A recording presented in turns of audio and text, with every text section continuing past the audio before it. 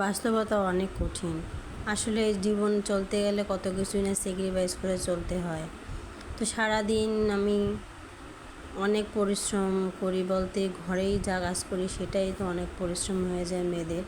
হাজব্যান্ডরা হয়তো বা মনে করে যে তুমি তো সারাদিন বাসায় থাকো, কিন্তু সারাদিন যে আমরা কত কাজ কাম করি সেটা তো আর ওরা বুঝতে পারে না। তো আমি সকালে উঠে আমি হাসপাতালে গিয়েছিলাম। তো সেখান থেকে এসে যেহেতু লাঞ্চে চলে আসবে, তো তাড়াতাড়ি করে আমি খুব দ্রুত রান্নাবাড়া সেরে নিচ্ছিলাম।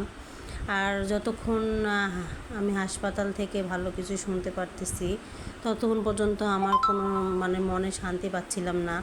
তো বাসায় এসে কি করব কি না করব ভেবে পাচ্ছিলাম না। তো ভাবলাম যেটাই আছে সেটাই আগে রান্না করি, যেহেতু দুপুরে লাঞ্চের সময় হয়ে গিয়েছিল। তো আমি এদিকে এসে রান্নাবাড়া শেষ করে টেনশনে পড়ে গিয়েছি যে রিপোর্টটা কবে দেখাবো, আমাকে ডাক্তার কি বলবে। আসলে আমার আল্লাহ না করুক যদি কোনো কিছু সমস্যা থাকে, তো সবাই আমার জন্য দোয়া করবেন। আল্লাহ যেন সবসময় আমাকে ভালো রাখে, সুস্থ রাখে, আর আমার গর্বে সেই ছোট্ট বাচ্চাটাকেও যেন সুস্থ রাখে।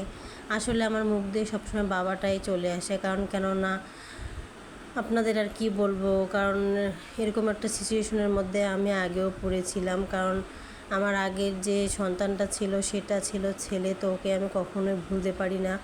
ওর কথা মনে হলে আমার কলজাটা ফেটে যায়। সবসময় ওর কথা আমি মনে করি, ওর জন্য দোয়া করি।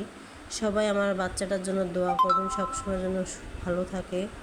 আল্লাহ যেন ওকে সবসময় বেহেশত নসিব করে আল্লাহ, কারণ আমার ওর বাবাটা কোনো পাপ করেনি। আল্লাহ যেন ওকে বেহেশতের পাখি বানায় রাখে।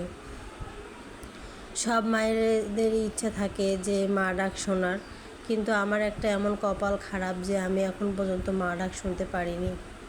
তো সবাই আমার জন্য দোয়া করবেন যাতে আমি একটা সুস্থ সন্তান জন্ম দিতে পারি, আর আমার ঘরের জন্য কোনো অভাব না থাকে। সবাই আমার জন্য দোয়া করবেন। তো দেখতে দেখতে আমার ভিডিওটি প্রায় শেষ হয়ে যাচ্ছে। তো সবাই আমার ভিডিওটি অবশ্যই ফলো করবেন এবং সবাই আমার পাশে থাকবেন।